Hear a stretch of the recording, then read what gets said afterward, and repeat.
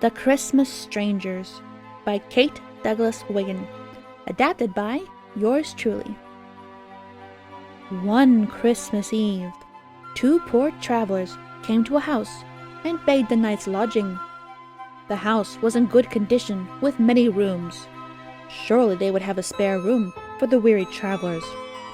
But the people in the house, a rich man and his wife, who was a landowner with a bountiful farm, said no, sneering at the poor clothes the strangers wore. They had no room for travelers and beggars. So the wayfarers went on their way through the bitter night until they came to a cottage where lived a poor man and his wife. The travelers knocked on the door and asked if they might stay the night. Yes, was the reply. The poor man and his wife welcomed the strangers in, apologizing they had not much, but what they had the travelers were welcome to. The strangers thanked them very warmly and entered the house. Feeling sorry for the long journey the travelers had had and the meager food they could offer, the poor man's wife said to her husband, "We must offer something better to these poor men on the eve of such a holy festival. Let us kill our little goat, so that they will have a warm meal and we will all be merry." "Yes," her husband agreed, "let us do that." So they killed their little goat, the only one they had, and roasted it for supper. And the little cottage had never been warmer or merrier than that Christmas Eve they invited two strangers into their home. When bedtime came, the poor man and his wife gave their own bed to their guests and spread some straw on the floor for themselves to sleep upon. Next morning, they all went to church, and the cottagers begged the travelers to stay with them for Christmas Day and the next, for now, they said, there is all that good meat, and you must help us to eat it. The strangers agreed to do this and stayed 2 more days. On the morning of the 3rd day, the strangers took their leave and thanked the cottagers for their hospitality, apologizing that they had no way to repay their gracious hosts. The poor man and his wife assured the travelers that they had not taken them in for the sake of repayment, but were glad to provide shelter on Christmas to the wayfarers. Just as they were going to the door, however, one of the strangers paused and said to his host, "But did not the goat have horns?" "Yes," replied the poor man, "but they are not worth anything." "How many horns did the goat have?" the stranger asked. "2," answered the poor man, bewildered. "Well then, you may have 2 wishes," said the stranger. "Make them wisely." But the poor man said they wished for nothing save their daily bread and heaven when they died. "God granted," said the strangers. "We will come again next year," and they went on their way. From that day forward, everything thrived and prospered in a marvelous manner with the cottagers. A neighbor gave them 2 goats, which in turn had 4 kids. Their only cow presented them with 3 fine calves. Their 2 sheep had 8 lambs, and their sow so many little pigs they could hardly count them. And everything that had been sown, or that they now sowed in their little bit of land, brought forth 100-fold. Thus they became quite well-to-do, and they set to work building and adding to their little cottage, making it much larger and lighter. Meanwhile, they looked forward with gladness to Christmas time, when the 2 strangers should come again, for they knew well that they had the travelers to thank for all this prosperity. Their neighbors and the village folk marveled greatly at all the good things that kept streaming in upon them, and the landowner's wife, who had refused the strangers admittance, wondered most of all. When they heard, what the now no longer poor cottagers made no secret of, that all their prosperity was owing to the good offices of the 2 wayfarers who had been their guests last Christmas, the landowner and his wife were bitterly angry, and considered it as good as stolen from them, for they might have had the wishes if they had taken the travelers in. When the landowner heard that the strangers were coming again, he begged and entreated the cottagers to promise that they would send the wayfarers to his house on Christmas Eve, so that he might make reparation for turning them away the year before. The cottager and his wife agreed.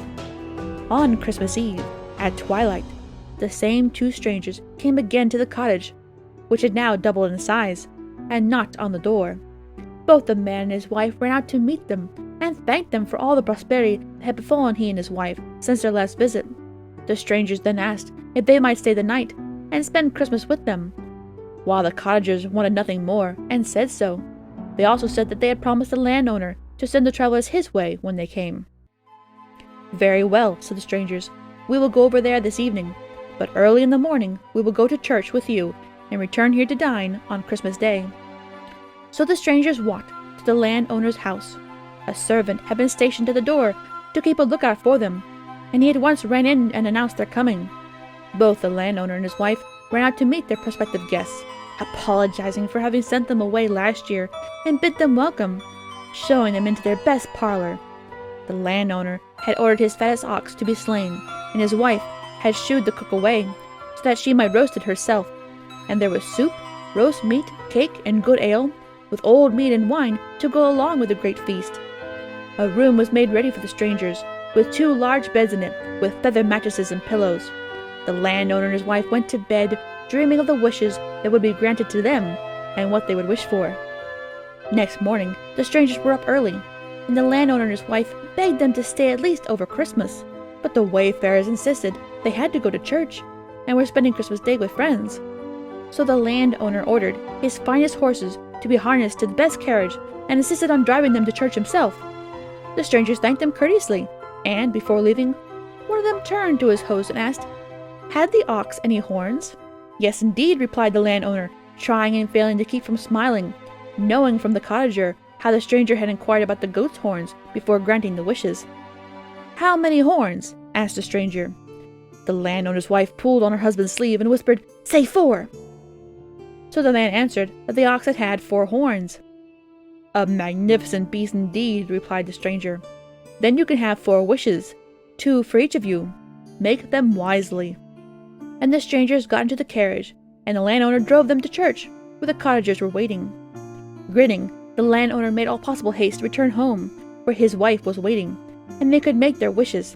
He was just thinking what he would wish for, when one of the horses stumbled and broke a trace. Being by himself, the landowner was obliged to fix it himself before he could continue. But when he continued on his way, the other horse stumbled. "Ah, I wish the wicked elves would take both of you," the landowner cried, and hardly had he said this, than before his very eyes both horses disappeared, taken by the wicked elves, and he was left holding the reins, but with nothing to pull his carriage. So he had to leave the vehicle by the roadside, and continue home on foot. Here was one of his wishes gone, but he consoled himself that between he and his wife, they still had 3 wishes, and he could easily get as many horses as he wanted. Meanwhile, his wife was at home, waiting and longing for her husband to return, so they could begin to wish. She went outside and looked down the road, but he was not in sight. "I wish he were here already," she exclaimed, with great vexation, and as she spoke, there her husband appeared. "Ah," she cried, "now I have wasted one of my wishes. But how is it you come trudging along, like any vagabond? What have you done with the carriage and the horses?" "I wish the wicked elves might take my horses, and they have taken them." "You have only yourself to thank," her husband answered, equally vexed. "There is no luck in such cheating. It was you who said the ox had 4 horns. I only wish 2 of them were sticking out of your head." And no sooner had he said this, than there they were, and his wife screamed when she looked in the mirror. 3 of their 4 wishes were now gone, and the only one left belonged to the woman. "Dear little wife," said the husband coaxingly, "now make good use of your wish, and ask for a heap of gold, that all might yet be well.